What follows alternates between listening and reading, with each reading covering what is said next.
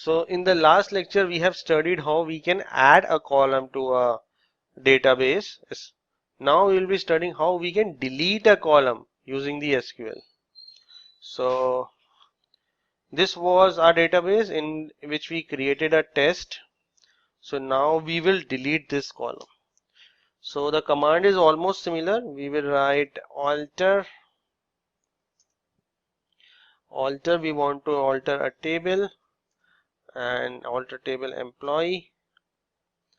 Okay, and now we need to drop the column.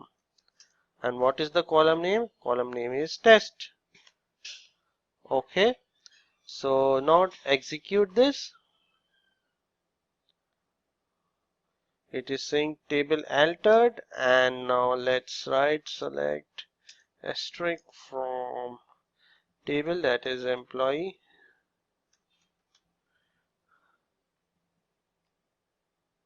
Yeah, and the column has been dropped from the table. So this is how you can delete a column from the existing table. Thank you.